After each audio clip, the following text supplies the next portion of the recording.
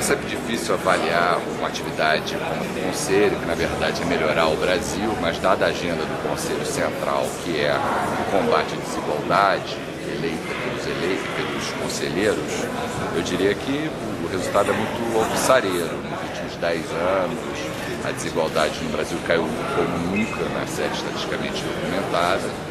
Eu acho que as prioridades dadas pelo Conselho, por exemplo, a área de educação, aqui foi falado, por exemplo, a importância de usar recursos do pré-sal para a educação, hoje em dia é uma agenda que já está sendo, vamos dizer, implementada.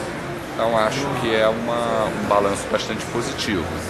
Acho que são 10 anos de conquistas sociais fortes no Brasil, conquistas econômicas fortes, e acho que a gente está num momento agora, dadas as manifestações nas ruas, etc., de se pensar na agenda dos próximos 10, 20, 30 anos. Quais são os desafios? Acho que são os desafios colocados pelas ruas e ouvidos e recolocados pela presidência, que são os pactos. São os pactos de melhora de qualidade de educação e saúde, melhoria urbana, em particular na mobilidade, é a agenda de investimentos, é a agenda de reforma política. Acho que essas já estão colocadas, são os pactos propostos, e o Conselho funciona como uma câmara de percussão, de ouvir, debater a sociedade, onde existe um contraditório. Então acho que nesse momento em particular, assim como em outros momentos, como foi durante a crise de 2008, 2009, é onde o Conselho diz, talvez melhor do que outras horas, é que veio. O Conselho está comemorando 10 anos de existência e o que o senhor vê como perspectivas para o Conselho? Quais são os desafios que o Conselho terá nesse momento e daqui para frente diante dessa situação política que a sociedade brasileira está vivendo? Acho que os desafios do Conselho vão ser como da sociedade brasileira após as transformações dos últimos 10 anos, transformações bastante positivas, que era desigualdade, aumento de emprego formal, etc. É no sentido de retransformar, de buscar nova agenda. Se a gente olhar a história brasileira nos últimos 50 anos, quase como um relógio, cada 10 anos, você tem uma grande mudança. Foi assim no golpe militar, foi assim na redemocratização, foi assim na estabilização e foi assim nos últimos 10 anos. Então acho que o Conselho é importante, caixa de percussão para direcionamento das próximas mudanças. Acho que, num certo sentido, esses manifestos das ruas ajudam, num certo sentido, a gente é duro, estando no governo, mas, num certo sentido, ele aponta e põe pressão para agendas que já eram as agendas do governo federal, como, por exemplo, os royalties do petróleo, a própria reforma política, são exemplos. Obviamente, se traz outras agendas que ganham pressão.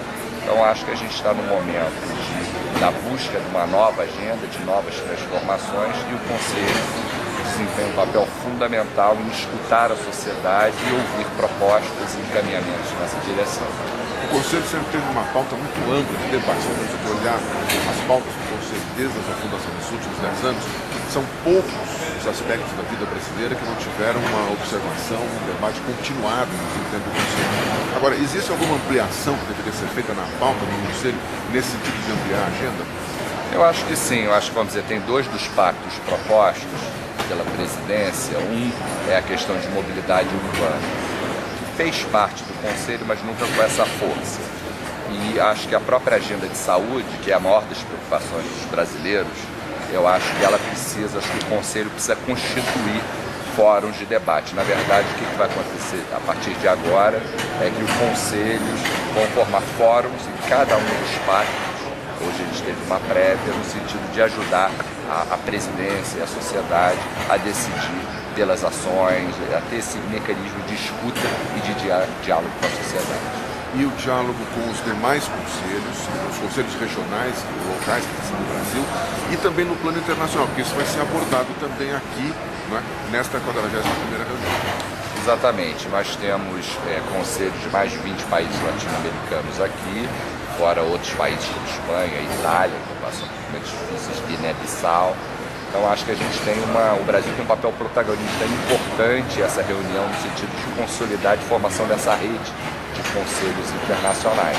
No plano nacional, subnacional, nós temos várias cidades inspiradas no Conselho, no do CDS criaram seus conselhos, Rio de Janeiro, Estado do Rio Grande do Sul, Bahia e assim por diante.